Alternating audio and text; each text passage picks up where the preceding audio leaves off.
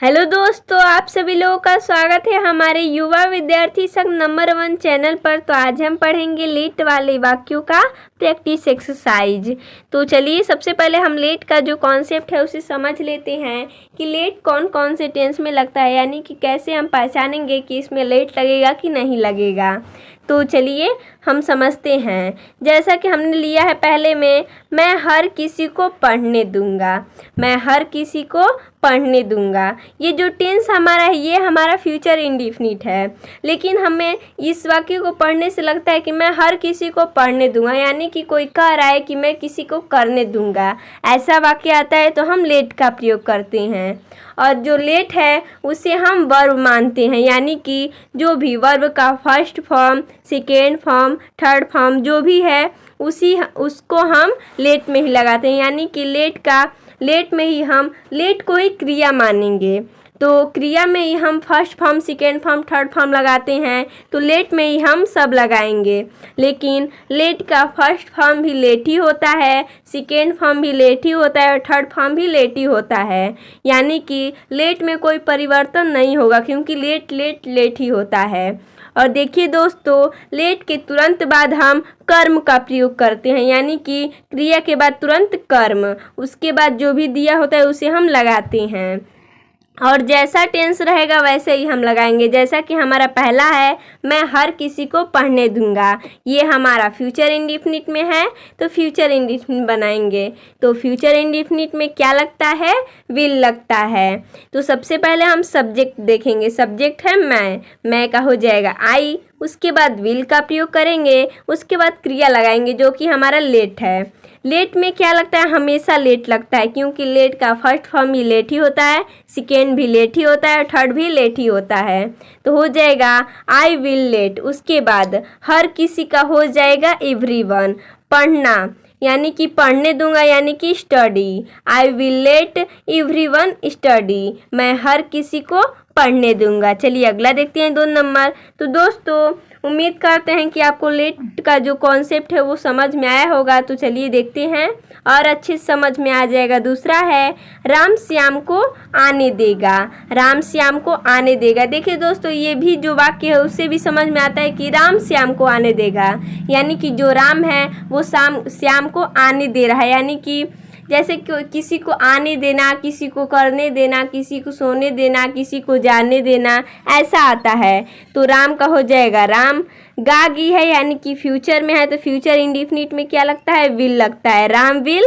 उसके बाद हम क्रिया लगाएंगे लेट। उसके बाद जो हमारा श्याम है उसे लगाएंगे श्याम कम, आने का हो जाएगा कम। अगर आप ऐसे लगा देंगे राम विल लेट कम श्याम, तो ये आपका गलत हो जाएगा, क्योंकि ये जो हमारा लेट है ये हमारा क्रिया है और जो कम है ये भी हमारा क्रिया है। तो दोनों क्रिया अगर दोनों क्रिया तुरंत लगाएंगे तो आपका गलत हो जाएगा। अगर लेट कम श्याम लगाएंगे तो आपका गलत हो जाएगा। राम विल लेट श्याम कम लगाएंगे तो आपका सही रहेगा। चलिए आगे देखते हैं 3 नंबर। 3 नंबर है, उसने मुझे कुछ नहीं करने दिया।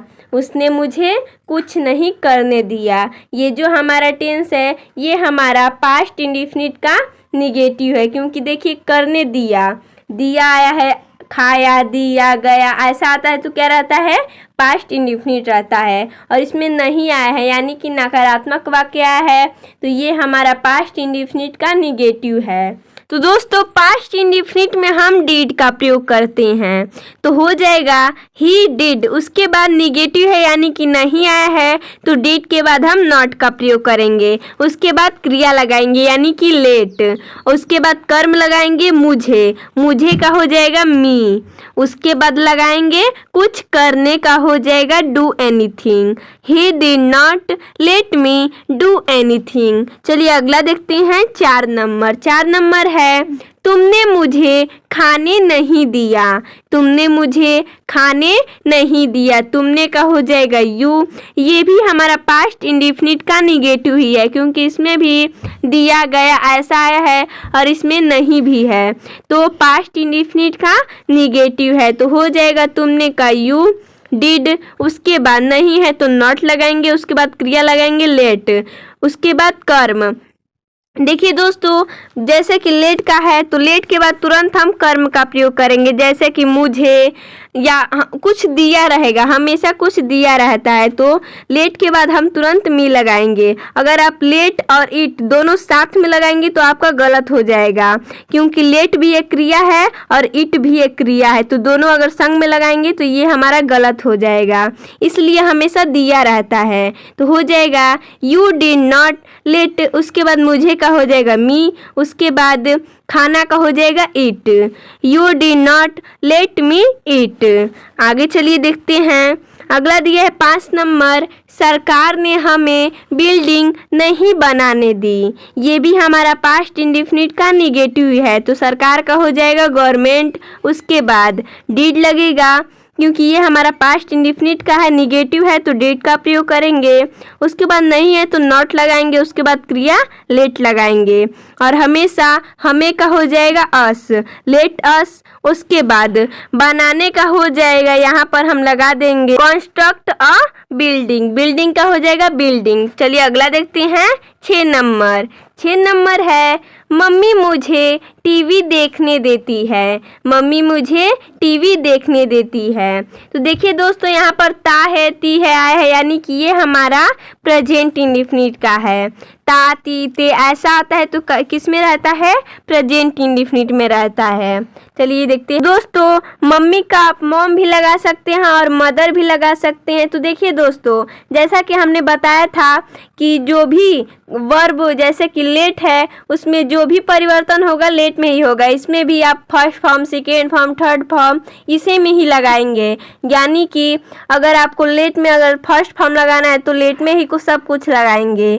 लेकिन लेट का जो फर्स्ट फॉर्म है वो भी लेट ही होता है, सेकेंड फॉर्म लेट ही होता है, थर्ड फॉर्म भी लेट ही होता है।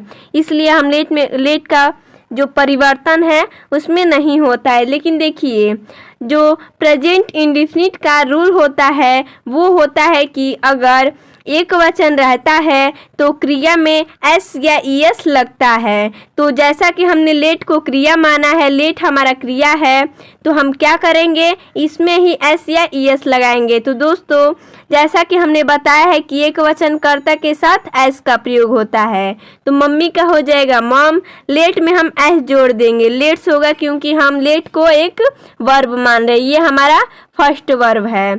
उसके बाद हम लगाएंगे कर्म यानी कि ऑब्जेक्ट, लेट्स मी। उसके बाद देखना का हो जाएगा वॉच, टीवी का हो जाएगा the TV, mom let's me watch the TV. चलिए अगला देखते हैं, 7 नंबर दिया है मम्मी मुझे टीवी नहीं देखने देती है। तो मम्मी का हो जाएगा मॉम, उसके बाद देखिए नहीं देती है, ये जो हमारा टेंस है ये हमारा प्रेजेंट इंडेफिनिट का निगेटिव है क्योंकि नहीं आया है।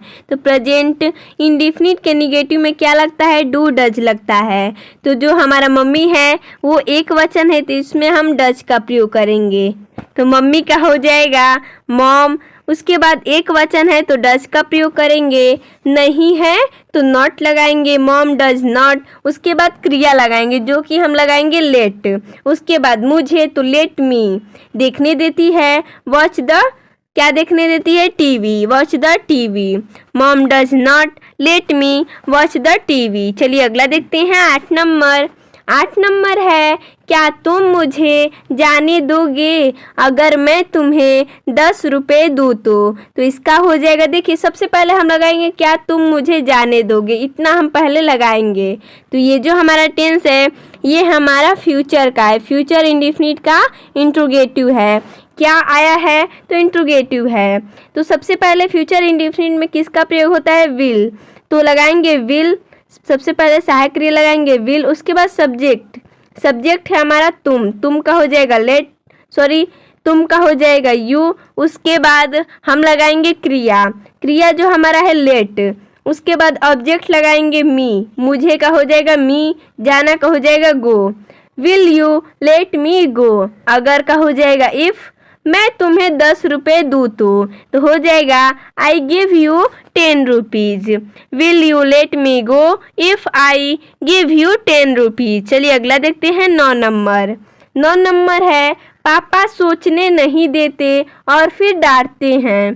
देखिए दोस्तों, ये जो हमारा टेंस है ये हमारा प्रेजेंट इंडेफिनिट का निगेटिव है। पापा का फादर भी लगा सकते हैं और डैड भी लगा सकते हैं। तो हो गया डैड। उसके बाद देखिए दोस्तों, जैसा कि आप सभी लोगों को पता है कि प्रेजेंट इंडेफिनिट के नेगेटिव में क्या लगता है, डू डज लगता है। तो डू डज लगता है तो पापा एक वचन है तो डज का प्रयोग करेंगे। तो हो जाएगा डैड डज नॉट। उसके बाद क्रिया लगाएंगे लेट, सोचना का हो जाएगा। देखिए दोस्तों, यहाँ पर हो जाएगा जो हम लेट लगाएंगे उसके बाद थिंक हो जाएगा। उसके बाद दिया और फिर डांटते हैं, और का हो जाएगा एंड, फिर का हो जाएगा देन, डांटना का हो जाएगा स्कॉल्ड। हो जाएगा dad does not let think and then scold. चलिए आगे देखते हैं 10 नंबर। 10 नंबर है मैं तुम्हें गाने सुनने दूंगा पर पहले तुम मेरे पैसे दो। तो इसका हो जाएगा, देखिए सबसे पहले हम लगाएंगे मैं तुम्हें गाने सुनने दूंगा, यहाँ तक बनाएंगे। ये हमारा फ्यूचर इंडेफिनिट का है तो हो जाएगा मैं का आई विल। उसके बाद लेट लगाएंगे, तुम्हें का हो जाएगा यू। उसके बाद सुनना का हो जाएगा लिसन, क्या सुन रहा है तो गाने, यानी कि लिसन टू सॉन्ग्स।